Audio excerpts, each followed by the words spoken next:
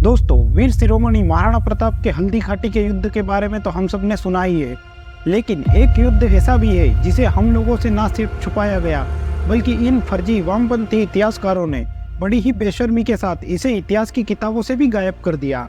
वो है दिवेर का युद्ध। दोस्तों, दिवेर का युद्ध इतिहास में सबसे खूनी युद्धों में से एक था। सन 1576 में हल्दी घाटी के युद्ध के बाद महाराणा प्रताप को जंगलों की तरफ जाना पड़ा। अब महाराणा मुगलों से प्रतिशोध के लिए तैयारी कर रहे थे। वहीं मेवाड़वासी भी मुगलों का पुरजोर विरोध कर रहे थे। महाराणा की सेना को हथियारों के लिए धन चाहिए था। मेवाड़ के भामाशाह ने महाराणा को कहा कि जो मेरा धन है वो मेवाड़ का ही है, इसलिए आप इसे स्वीकार करें। और भामाशाह ने महाराणा प्रताप को 2 करोड़ सोने के सिक्के और 25 करोड़ चांदी के सिक्के दिए थे। इस धन को मिलने के बाद महाराणा की सेना ने बड़ी संख्या में हथियार बनाए। हथियार बनाने के बाद अब महाराणा को इंतजार था हमले के दिन का। साल 1582 में विजयादशमी के दिन महाराणा ने नई रणनीति के साथ दिवेर पे हमला करने की रणनीति बनाई।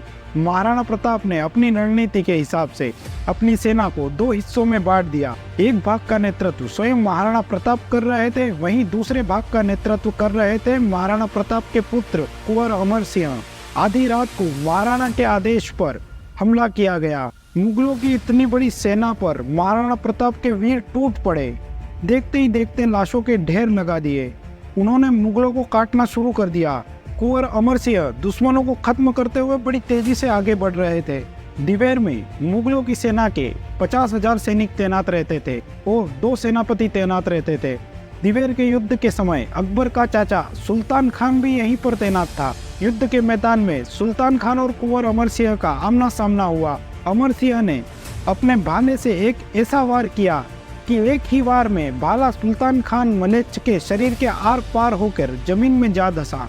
सुल्तान खान जमीन पे पड़े पड़े चिल्लाता रहा, तड़पता रहा, लेकिन किसी भी मुगल में इतनी हिम्मत नहीं थी कि वो उसकी मदद कर सके।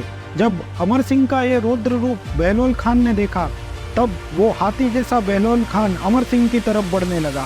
बहलोल खान पहले हाथी पे बैठा था, लेकिन महाराणा प्रताप के सैनिकों ने उसके हाथी की टांग काट दी, जिसके बाद में वो हाथी से नीचे गिर गया। उसके बाद में वो घोड़े पे बैठकर कुंवर अमर सिंह की तरफ बढ़ने लगा। तभी महाराणा ने उसे देखा और महाराणा उसके सामने जाकर खड़े हो गए।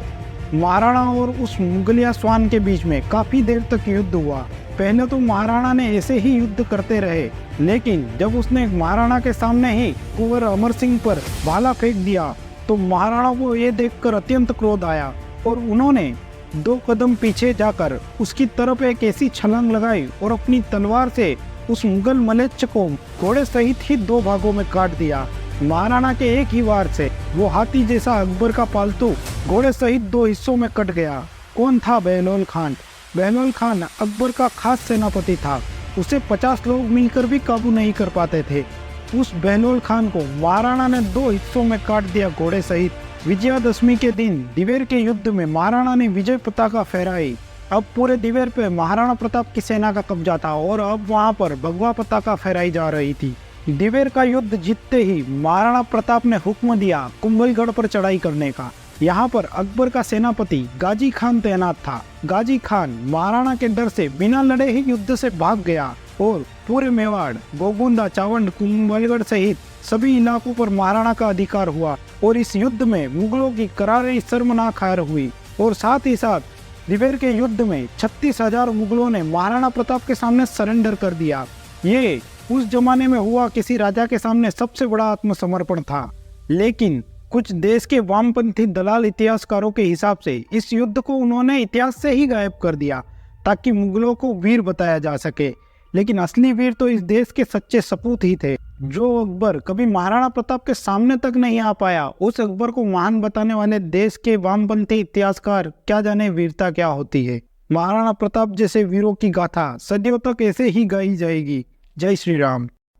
दोस्तों, वीडियो अच्छी लगी तो वीडियो को लाइक जरूर करें और अपने दोस्तों के साथ शेयर करना ना भूलें। आप में से ज़्यादातर लोगों ने हमारे चैनल को सब्सक्राइब नहीं किया है, तो प्लीज़ सब्सक्राइब जरूर करें। यह हमें आगे वीडियो बनाने के लिए प्रोत्साहित करता है। धन्यवाद।